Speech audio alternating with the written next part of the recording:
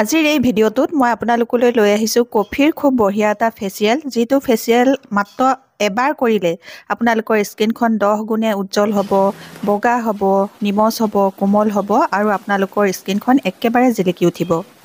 হাই friends, আপোনালোক সকলোকে মোৰ অসমীয়া হাউচৱাইফ চেনেলৰ নতুন এটা ভিডিঅ'ৰ মাজলৈ স্বাগতম জনাইছোঁ। কোনোবা অনুষ্ঠানলৈ যোৱাৰ আগত আপোনালোকে এই কফিৰ ফেচিয়েলটো কৰি চাব, আপোনালোকৰ স্কিনখন মাত্ৰ এবাৰতে উজ্জ্বল হৈ যাব।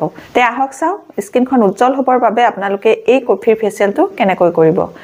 এই কফিৰ ফেচিয়েলটো দেখুৱাৰ আগতে আপোনালোকলৈ এটা ৰিকুৱেষ্ট আছে, আপোনালোকে যদি মোৰ এই ভিডিঅ'টো ভাল পায় ভিডিঅ'টোত এটা লাইক কৰি দিব, মোৰ চেনেলটো ছাবস্ক্ৰাইব কৰি ল'ব আৰু ওচৰতে থকা বেল আইকনটো প্ৰেছ কৰিবলৈ কিন্তু আপোনালোকে নেপাহৰিব। তেতিয়াহে মোৰ আহিবলগীয়া ভিডিঅ'বোৰৰ নটিফিকেশ্যন আপোনালোকলৈ সোনকালে যাব আৰু আপোনালোকে তেতিয়া সোনকালে ভিডিঅ'বোৰ চাবলৈ পাব। আজিৰ এই কফিৰ ফেচিয়েলটো মই 4টা ষ্টেপত কৰিম। তে আহক এতিয়া কফিৰ ফেচিয়েলটো ষ্টাৰ্ট কৰোঁ। এটা ফেচিয়েলৰ ফাৰ্ষ্ট ষ্টেপটো হৈছে ক্লিনজিং। সেইকাৰণে এতিয়া মই এই ক্লিনজিং কৰিবৰ কাৰণে খুব বঢ়িয়া এটা ক্লিনজাৰ বনাই দেখুৱাম। তাৰ কাৰণে মই লৈছোঁ এয়া 2 চামুচৰ জোখাৰে কেঁচা গাখীৰ, আৰু এই কেঁচা গাখীৰতে মই আধা চামুচৰ জোখাৰে এয়া মৌ দি লৈছোঁ। মৌখিনি ভালকৈ কেঁচা গাখীৰৰ লগত এতিয়া মই মিক্স কৰি ল'ম। কেঁচা গাখীৰ আৰু মৌ এই দুইবিধ বস্তু মিলাই যেতিয়া আপোনালোকে স্কিনখন ক্লিন কৰিব, আপোনালোকৰ স্কিনখন হাইড্ৰেট হৈ থাকিব আৰু মুখখন চাফা কৰাৰ পাছতো আপোনালোকৰ স্কিনখন ড্ৰাই নহ'ব। এতিয়া তৈয়াৰ হৈ গ'ল খুব বঢ়িয়া এটা ক্লিনজাৰ। এই ক্লিনজাৰটো এতিয়া মই স্কিনখন চাফা কৰি ল'ম। তাৰ কাৰণে লাগিব এটুকুৰা কপাহ। কপাহ টুকুৰা মই ইয়াতে তিয়াই লৈছোঁ। কপাহৰ সহায়ত আপোনালোকে গোটেই ক্লিনজাৰটো প্ৰথমতে মুখত ভালকৈ এনেদৰে লগাই ল'ব। লগাই লোৱাৰ পাছত 2 পৰা 3 মিনিট খুব ভালকৈ মাছাজ কৰি দিব। ক্লিনজিং কৰি লোৱাৰ পাছত এটা মগত মই কুহুমীয়া গৰম পানী লৈছোঁ। এখন টাৱেল ইয়াতে তিয়াই লৈছোঁ। তিয়াই লৈ মুখখন মুচি ল'ম। ক্লিনজিং কৰি লোৱাৰ পাছত এতিয়া ছেকেণ্ড ষ্টেপত স্কিনখন স্ক্ৰাব কৰিব লাগিব। এতিয়া মই স্ক্ৰাবৰ কাৰণে খুব বঢ়িয়া এটা কফিৰ স্ক্ৰাব তৈয়াৰ কৰিম। তাৰ কাৰণে মই আনিছোঁ এটা কফিৰ পেকেট। আপোনালোকৰ ঘৰত যদি কফি নাই, এনেকুৱা সৰু কফি পেকেট এটা কিনি ল'ব, মাত্ৰ 10 টকা লয়। এই 10 টকা কফিৰে আপোনালোকে দুবাৰ এই ফেচিয়েলটো কৰিব পাৰিব। এতিয়া মই কফি আধা চামুচ ল'লোঁ আৰু আধা চামুচ কফিৰ লগত এতিয়া মই এয়া লৈছোঁ আধা চামুচ পিচি লোৱা চেনি। আপোনালোকেও পিচি লোৱা চেনি ল'ব, গোটা চেনি নল'ব। এতিয়া মই কফি আৰু চেনি দুইবিধ বস্তু মিক্স কৰি ল'লোঁ আৰু ইয়াৰ লগতে এতিয়া মই দি লৈছোঁ এয়া কেঁচা গাখীৰ। এই স্ক্ৰাবটোৱে আপোনালোকৰ স্কিনখন নিমজ কৰিবলৈ, কোমল কৰিবলৈ আৰু আপোনালোকৰ স্কিনৰ পৰা ডেড স্কিন চেল দূৰ কৰিবলৈ বহুত বেছিকৈ সহায় কৰিব। এতিয়া তৈয়াৰ হৈ গ'ল এইটো কফিৰ খুব বঢ়িয়া এটা স্ক্ৰাব। এই স্ক্ৰাবটোৱে আপোনালোকে স্কিনখন স্ক্ৰাব কৰিব। স্ক্ৰাবটো এতিয়া মই গোটেই মুখখনতে ভালকৈ এয়া লগাই লৈছোঁ। স্ক্ৰাবটো লগাই লোৱাৰ পাছত আপোনালোকে 2-3 মিনিট ভালকৈ স্কিনখন মাছাজ কৰিব। কফিৰে এইদৰে স্ক্ৰাব কৰিলে আপোনালোকৰ স্কিনত লাগি থকা যিবোৰ মৃত ছাল বা ডেড স্কিন সেইবোৰ দূৰ হৈ যাব আৰু আপোনালোকৰ স্কিনখন খুব ধুনীয়াকৈ নিমজ হ'ব আৰু উজ্জ্বল হৈ পৰিব। 2-3 মিনিট ভালকৈ মাছাজ কৰি লোৱাৰ পাছত এতিয়া এই কুহুমীয়া পানীতে টাৱেলখন তিয়াই মই আকৌ এবাৰ মুখখন ভালকৈ এয়া মচি লৈছোঁ। মুখখন মচিবলৈ আপোনালোকে কোমল টাৱেল ব্যৱহাৰ কৰিব, বেছি হাৰ্ড টাৱেল ব্যৱহাৰ নকৰিব। স্ক্ৰাব কৰি হোৱাৰ পাছত এতিয়া থাৰ্ড ষ্টেপত স্কিনখন মাছাজ কৰিব লাগিব। মাছাজ কৰিবলৈ হ'লে এটা মাছাজ ক্ৰীম বনাই ল'ব লাগিব। সেই মাছাজ ক্ৰীমটো এতিয়া মই আপোনালোকক বনাই দেখুৱাম। মই এতিয়া আপোনালোকক খুব বঢ়িয়া এটা কফিৰ মাছাজ ক্ৰীম বনাই দেখুৱাম। তাৰ কাৰণে মই লৈছোঁ এয়া এল'ভেৰা জেল। এল'ভেৰা জেল মই আধা চামুচতকৈও কম লৈছোঁ, অকণমান ল'লেই হ'ব।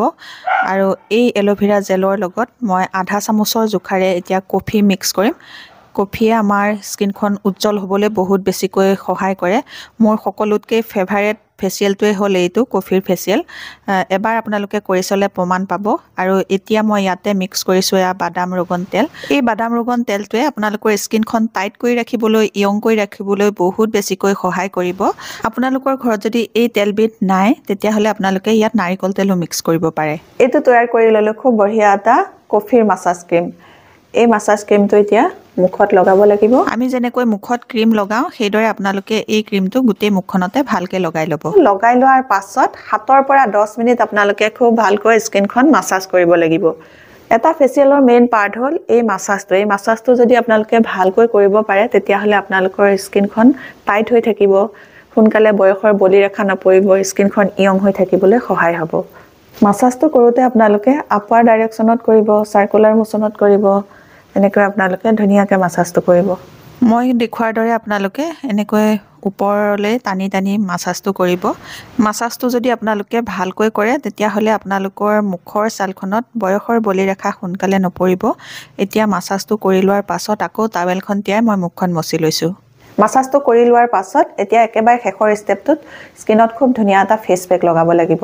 এতিয়া মই আপোনালোকক ফেচ পেকটো বনাই দেখুৱাম। এতিয়া একেবাৰে শেষৰ ষ্টেপটোত মই আপোনালোকক খুব বঢ়িয়া এটা কফিৰ ফেচ পেক বনাই দেখুৱাম, যিটো আপোনালোকে একেবাৰে শেষৰ ষ্টেপটোত মুখত লগাই ৰাখিব লাগিব।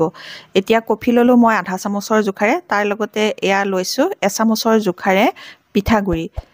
পিঠাগুড়িৰ লগত এতিয়া মই মিক্স কৰিম অকণমান কস্তুৰী হালধি। আপোনালোকৰ ঘৰত যদি কস্তুৰী হালধি নাই তেতিয়াহ'লে আপোনালোকে পাকঘৰৰ খোৱা হালধিটোকে অকণমান দিব, বেছি নিদিব দেই। মই ইয়াক কস্তুৰী হালধিৰ কাৰণে অকণমান পৰিমাণটো বঢ়াই দিছোঁ, কাৰণ কস্তুৰী হালধিৰ ৰংটো বেছি নহয়, খুব কমকৈ অকণমান লাইট ৰং ধৰে। কফি আৰু পিঠাগুড়িৰ লগত মই মিক্স কৰি ল'লোঁ অকণমান কেঁচা গাখীৰ। কেঁচা গাখীৰটো মিক্স কৰি লোৱাৰ পাছত মই ইয়াতে দিছোঁ এয়া আধা চামুচৰ জোখাৰে মৌ। মৌটো ভালকৈ মিক্স কৰি ল'লোঁ। মিক্স কৰি লোৱাৰ পাছত এয়া চাওক খুব বঢ়িয়া এটা ফেচ পেক তৈয়াৰ হৈ গ'ল।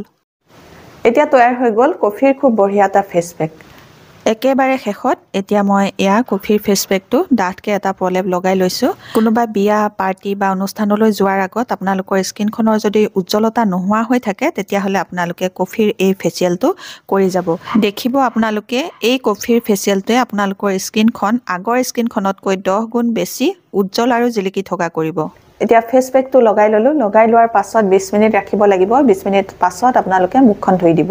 মুখখন ধোৱাৰ পাছত আপোনালোকে প্ৰথমতে অকণমান গোলাপ জল মুখত লগাই ল'ব। লগাই লোৱাৰ পাছত আপোনালোকৰ নিজৰ নিজৰ যিটো মইশ্চাৰাইজাৰ সেই মইশ্চাৰাইজাৰটো লগাব। মইশ্চাৰাইজাৰ লগোৱাৰ 15 বা 20 মিনিট পাছত আপোনালোকে আপোনালোকৰ নিজৰ নিজৰ যিটো ছানস্ক্ৰীন সেই ছানস্ক্ৰীন লগাব। ছানস্ক্ৰীন নলগোৱাকৈ আপোনালোকে নাথাকিব। আজিৰ এই ভিডিঅ'টোত মই আপোনালোকক খুব বঢ়িয়া এটা কফিৰ ফেচিয়েল দেখুৱালোঁ। আপোনালোকে এই ফেচিয়েলটো কৰি চাব। মাত্ৰ এবাৰতে আপোনালোকৰ স্কিনখন উজ্জ্বল হোৱা দেখিবলৈ পাব। যদি আপোনালোকে এই ভিডিঅ'টো ভাল পাইছে তেতিয়াহ'লে মোৰ ভিডিঅ'টোত এটা লাইক কৰি দিব। মোৰ চেনেলটো ছাবস্ক্ৰাইব কৰি আপোনালোকৰ ফ্ৰেণ্ডৰ লগত ভিডিঅ'টো শ্বেয়াৰ কৰি দিব। আজিৰ ভিডিঅ'টো মই ইমানতে সামৰিম। আপোনালোকক নতুন এটা ভিডিঅ'ৰ যোগেদি আকৌ লগ পাম।